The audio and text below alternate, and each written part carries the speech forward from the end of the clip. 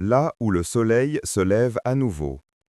La lumière douce du début d'après-midi glissait à travers les grandes fenêtres de la salle, caressant les rangées de chaises blanches décorées de rubans ivoire. Tout semblait respirer l'harmonie. Les fleurs, le parfum léger de jasmin, la musique d'ambiance que l'on testait une dernière fois au loin. Helena Albuquerque, debout devant le grand miroir, inspira profondément. Sa robe, élégante et fluide, épousait ses mouvements avec une douceur presque irréelle. Ce jour devait être le début de sa nouvelle vie. Elle en était convaincue. Sa mère ajusta quelques mèches rebelles. « Tu es magnifique, ma chérie. Lucas va tomber à genoux quand il te verra entrer. » Helena sourit, émue mais calme.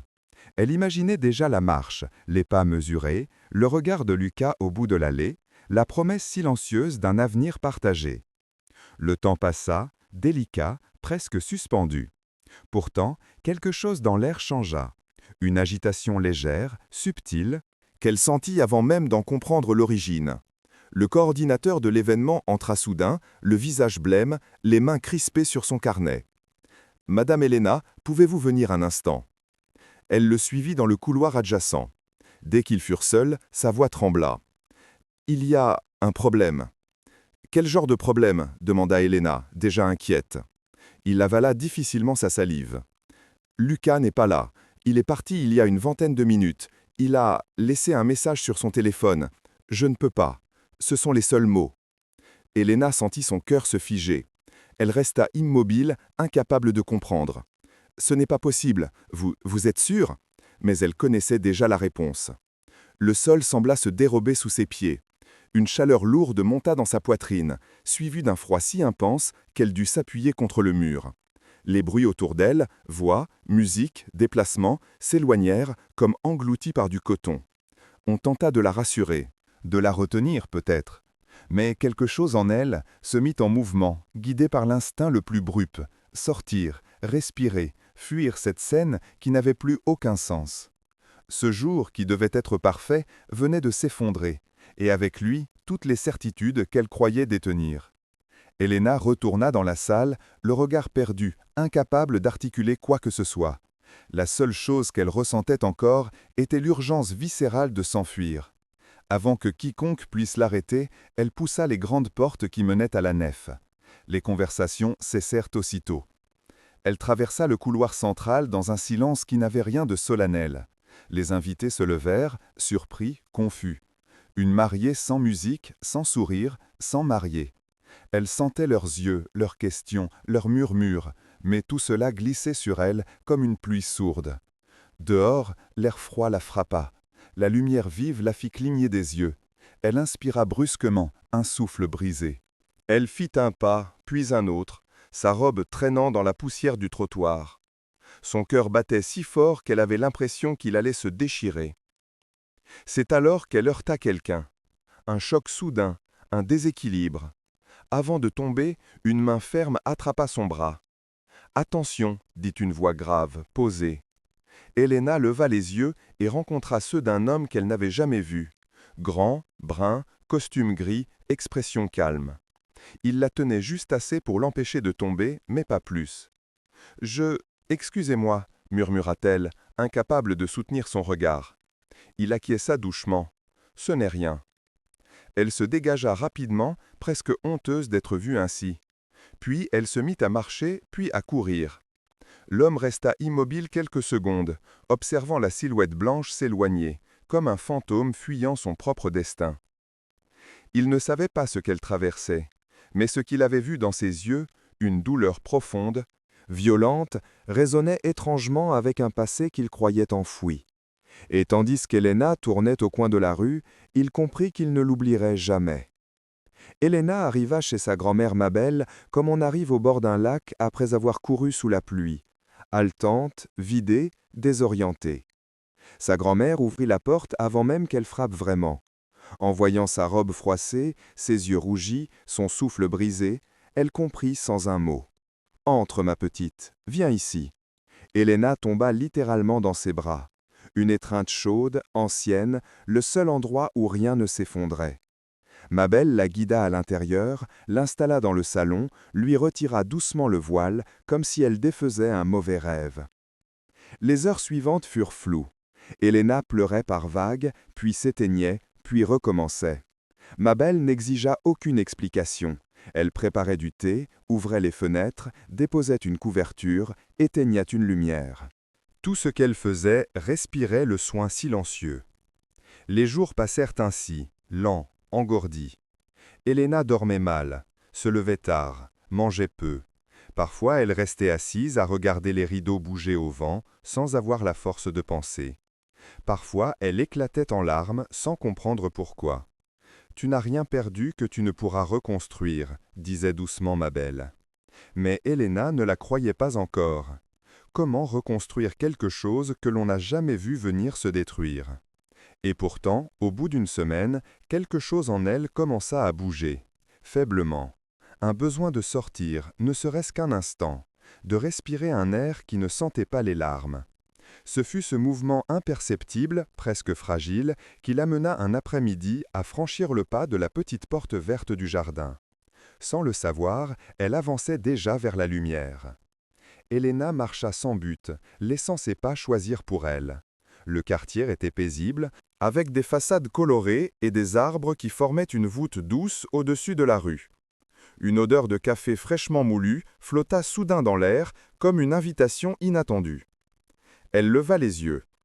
Une petite librairie café, nichée entre une boutique de fleurs et un vieux magasin de cartes postales. La vitrine débordait de romans, de carnets, d'objets anciens. L'endroit semblait appartenir à un autre monde. Elle entra. L'air chaud l'enveloppa immédiatement. Quelques clients lisaient en silence. Le cliquetis des tasses, la musique douce, tout avait quelque chose d'apaisant. C'est alors qu'elle le vit. Assise à une table près de la fenêtre, un livre ouvert devant lui, se trouvait l'homme de la rue, Matteo. Il leva lentement les yeux, reconnaissant aussitôt son visage. Mais il ne manifesta ni surprise ni pitié. Simplement un salut discret de la tête, un léger sourire neutre, respectueux. Helena détourna rapidement le regard, gênée. Elle commanda un cappuccino, s'assit dans un coin. Mais à peine avait-elle porté la tasse à ses lèvres qu'une vague de chaleur la submergea. Sa vision trembla. Elle posa brusquement la tasse. Matteo se leva sans hésiter. « Ça va ? » ?»« Oui, je crois. J'ai juste la tête qui tourne. » Il appela discrètement la serveuse, demanda de l'eau, l'aida à s'asseoir correctement, sans geste intrusif, sans questions indiscrètes. « Respirez lentement, dit-il. Ça arrive. Vous n'avez peut-être pas mangé. » Elle hocha faiblement la tête. « Merci. »« Matteo, » dit-il simplement. « Helena. » Leurs noms restèrent suspendus entre eux comme une promesse timide. Les jours suivants, Helena retourna presque mécaniquement à la librairie café. Elle ne cherchait rien de précis, juste un endroit où son esprit cessait de tourner en rond. Et Matteo y était souvent, plongé dans un livre, assis à la même table. La première fois qu'ils se saluèrent, ce fut d'un simple regard. La seconde, d'un sourire léger. Puis un jour, « Puis-je m'asseoir » demanda-t-il. Elle hésita, puis acquiesça. Ce n'était pas une conversation bruyante ni un échange intime. Juste deux personnes partageant la même table, le même silence. Mais ce silence-là n'était pas lourd. Il ressemblait à un espace sécurisé, une pause dans le tumulte. Il parlait parfois de livres, de café, de choses simples. Il ne posait aucune question sur sa vie, ni sur sa robe blanche poussiéreuse qu'il avait vue ce jour-là, et cela la soulageait profondément. Un matin, elle observa ses gestes, précis, calmes. Il tournait les pages comme on touche quelque chose de précieux. Elle se surprit à lui demander « Vous travaillez avec des livres ?» On peut dire ça. J'en restaure. Les vieux, les oubliés, les abîmés. Ces mots eurent un effet inattendu sur elle. C'est beau. Ce n'est pas toujours simple. Certains sont très endommagés. On ne sait pas toujours s'ils peuvent être sauvés. Et vous essayez quand même. Il sourit. Toujours. Cette réponse la toucha plus qu'elle ne voulait l'admettre. Elle sentit une chaleur légère dans sa poitrine, un début de vie presque imperceptible, mais réel. Sans s'en rendre compte, Helena reprenait vie. Quelques jours plus tard, Matteo lui proposa de lui montrer son atelier. « Si vous avez un après-midi libre, vous pourriez venir voir. Je crois que vous aimeriez. » Elle accepta avec une curiosité discrète. Ils marchèrent quelques rues jusqu'à un bâtiment ancien, aux briques rouges, couvert de vignes vierges. Matteo ouvrit une porte en bois massif. L'intérieur ressemblait à un sanctuaire. Des étagères pleines de livres usés, des outils délicats, du papier japonais, de la colle artisanale, des pinceaux fins, une odeur douce de bois, d'encre et de temps. « C'est magnifique » murmura Elena. Matteo s'approcha d'une table où reposait un livre très abîmé. Celui-ci, par exemple, il était presque perdu. Pages déchirées, couverture brisée, il manquait même un chapitre. « Et vous pouvez le réparer ? » »« Pas complètement, mais je peux lui rendre sa dignité. » Il lui montra comment nettoyer une page fragile, comment recoller un fragment. Elena l'écoutait fascinée. « Vous voulez essayer ?» demanda-t-il. Elle hésita, puis prit délicatement une page. Ses mains tremblaient légèrement, mais Matteo posa sa main près de la sienne, sans la toucher. Doucement, ce n'est pas une question de force, juste de patience. Elena sourit timidement. Pendant qu'elle travaillait, elle sentit quelque chose en elle se relier à ce livre brisé. Elle savait ce que c'était que d'être déchirée. Et pourtant, ce geste simple, recoller une bordure, lisser une page, lui donnait l'impression de recoller aussi une partie d'elle-même. « Vous êtes faite pour ça, » dit Matteo après un moment. « Pour réparer, pour redonner vie. » Ces mots restèrent gravés dans sa mémoire longtemps après avoir quitté l'atelier. Ce soir-là, en rentrant chez Mabel, Elena se sentit étrangement apaisée. Le monde semblait moins tranchant, moins hostile. Elle avait touché quelque chose de doux, de patient, de possible. Sans le savoir encore, elle venait d'entrer dans une nouvelle histoire. Les semaines suivantes marquèrent le début d'une véritable transformation. Chaque matin, Elena se levait plus tôt. Elle se préparait sans hâte, prenait un café avec Mabel, puis se rendait à l'atelier ou à la librairie. Elle apprenait, observait, s'apaisait. Matteo n'était jamais envahissant. Parfois, ils travaillaient côte à côte pendant des heures sans échanger plus que quelques mots. D'autres fois, ils parlaient longtemps de la vie, de l'art, des livres qui avaient marqué leur enfance. Elena retrouvait une force intérieure qu'elle croyait perdue. Elle souriait davantage, respirait mieux. Ses mains tremblaient moins lorsqu'elle restaurait une page fragile. Et peu à peu, la douleur qui l'avait déchirée au jour du mariage se transformait en une cicatrice plus douce. Un souvenir, pas une prison. Un après-midi, Mabel l'observa en train de rentrer. « Tu marches différemment, dit-elle. »« Différemment comment ?»« Comme quelqu'un qui revient de loin. » Elena resta silencieuse, mais au fond d'elle, elle savait que c'était vrai. Elle renaissait, lentement, mais sûrement. Et le regard de Matteo, toujours attentif, toujours discret, devenait un point d'ancrage. Elle ne savait pas encore ce que cela signifiait, ni où cela la conduirait. Mais pour la première fois depuis longtemps, elle n'avait pas peur du lendemain. Elle s'y sentait même appelée. Un soir, alors qu'elle rangeait ses outils à l'atelier, son téléphone vibra. Elle jeta un œil distrait, puis son cœur s'arrêta presque. Lucas. « Elena, je t'en supplie, laisse-moi te parler. Je regrette tout, je veux te voir. » Sa main se crispa. Pendant une seconde, elle fut tentée d'ignorer le message. Mais elle comprit que tant qu'elle ne fermerait pas ce chapitre, il continuerait à l'empoisonner de loin. Elle accepta de le rencontrer le lendemain, dans un parc calme. Lucas l'attendait sur un banc, affaissé, les traits tirés. Dès qu'il la vit, il surleva précipitamment. « Elena, merci d'être venue. Je ne sais même pas par où commencer. »« Par la vérité, » dit-elle calmement. Il baissa la tête. « J'ai paniqué, j'ai eu peur. Pas de toi, de moi, de ne pas être assez, de tout gâcher. Alors tu as préféré me laisser seule à l'hôtel ?» Il ferma les yeux honteux. « Je n'ai jamais cessé de t'aimer, je te jure. Donne-moi une chance. » Elena le regarda longuement. Ce qu'elle ressentait n'était pas la colère qu'elle appréhendait. C'était une lucidité froide. « Tu ne veux pas réparer ce que tu as détruit. Tu veux réparer ton image de toi-même. Ce n'est pas vrai. Si, tu veux me retrouver maintenant que tu as peur de ce vide que tu as toi-même créé. » Il tomba à genoux, mais Elena recula d'un pas. « Ce jour-là, tu ne m'as pas seulement abandonné, tu t'es abandonné toi-même. Et moi, je me suis retrouvé. » Elle inspira profondément. « Alors c'est fini. » Lucas resta là, effondré. Mais elle, pour la première fois, se sentit véritablement libre. Après sa rencontre avec Lucas, Elena sentit le besoin immédiat de voir Matteo. Pas pour chercher refuge, mais parce qu'il représentait désormais un espace où elle pouvait simplement être. Elle le trouva à l'atelier, rangeant quelques volumes. Lorsqu'il leva les yeux, il comprit instantanément que quelque chose avait changé. « Ça va » demanda-t-il doucement. « Oui.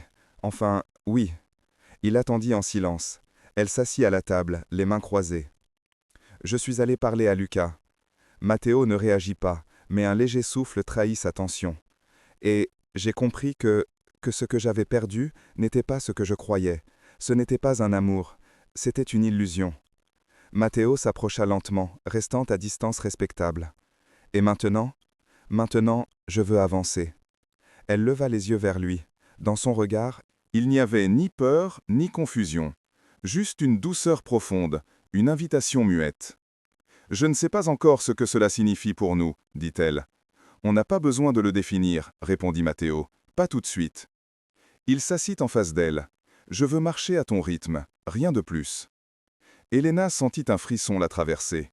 Pas un frisson de peur, un frisson de vérité. Elle posa sa main sur la table.